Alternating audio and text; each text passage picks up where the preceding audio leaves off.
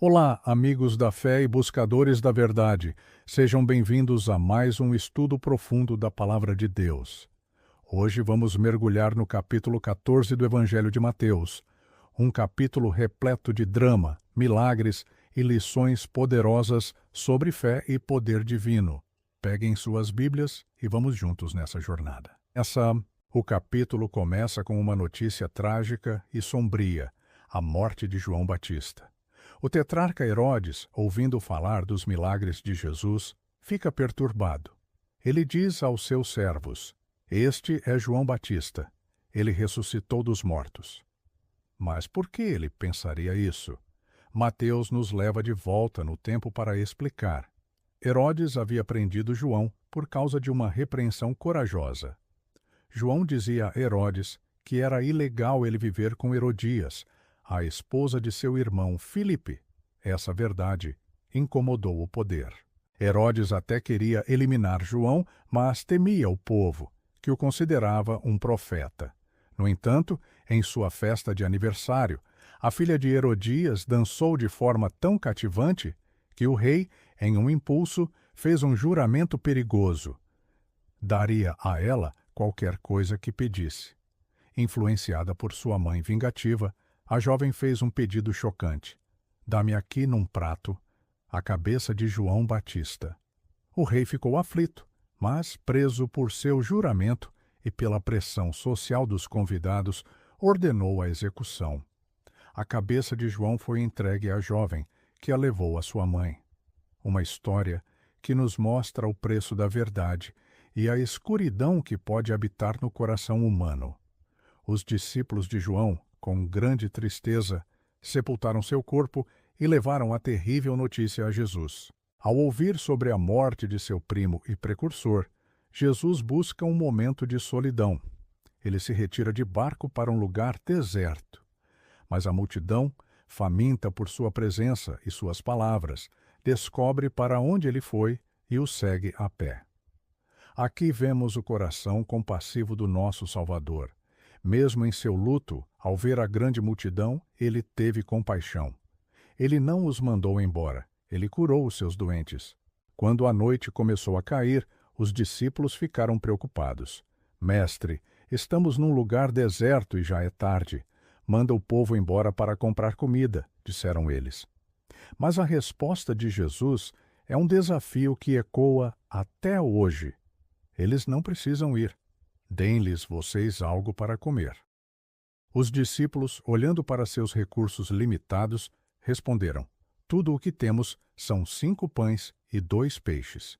Para Jesus, o pouco nas mãos de Deus é mais do que suficiente. Ele ordena que a multidão se assente, pega os 5 pães e os 2 peixes, olha para o céu, agradece e os parte. Ele os entrega aos discípulos, que distribuem à multidão. O milagre se desenrola. Todos comeram e ficaram satisfeitos. Cerca de 5.000 homens, sem contar mulheres e crianças, foram alimentados. E o mais impressionante? Os discípulos ainda recolheram 12 cestos cheios de pedaços que sobraram. Uma lição poderosa sobre como Deus pode multiplicar o pouco que entregamos a Ele com fé. Logo depois desse milagre incrível, Jesus insiste que os discípulos entrem no barco e atravessem para o outro lado, enquanto ele despede a multidão. Depois, finalmente, ele consegue o que buscava: um tempo a sós para orar na montanha. Enquanto isso, no meio do mar, os discípulos enfrentam uma tempestade. O vento é forte, as ondas castigam o barco e eles estão com medo, lutando contra a fúria da natureza. Então, na alta madrugada, no meio da tempestade, eles veem algo inacreditável: uma figura caminhando sobre as águas em direção a eles. Aterrorizados, gritam: "É um fantasma!"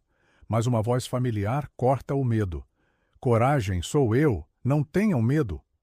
É Jesus. Pedro, sempre impulsivo e cheio de fé, responde: "Senhor, se és tu, manda-me ir ao teu encontro por sobre as águas." Jesus simplesmente diz: "Venha." E Pedro faz o impossível. Ele sai do barco e começa a andar sobre a água em direção a Jesus. Mas então ele comete um erro. Ele desvia o olhar de Jesus e repara na força do vento. O medo o invade, sua fé vacila e ele começa a afundar, gritando: Senhor, salva-me! Imediatamente, Jesus estende a mão, o segura e diz: Homem de pequena fé, por que você duvidou? No momento em que os dois entram no barco, o vento cessa completamente. A criação obedece ao seu Criador. Os discípulos, maravilhados e cheios de temor, o adoram, declarando: Verdadeiramente tu és o Filho de Deus. O capítulo termina com eles chegando à outra margem, em Genezaré. A notícia da chegada de Jesus se espalha como fogo e as pessoas trazem todos os seus doentes. A fé do povo era tão grande que eles suplicavam para apenas tocar na borda do seu manto, e todos os que o fizeram foram completamente curados. Mateus 14 nos mostra um Jesus que sente, que se compadece, que provê milagrosamente, que domina a natureza e que nos chama a manter nossos olhos fixos nele, mesmo em meio às tempestades da vida. Que possamos aprender a confiar no seu poder e a nunca duvidar da sua presença. Obrigado por nos acompanhar nesta reflexão. Se esta mensagem tocou seu coração, por favor, deixe seu like, compartilhe com alguém que precisa ouvir e inscreva-se no canal para não perder nossos próximos estudos. Que a paz do Senhor esteja com todos vocês. Até a próxima.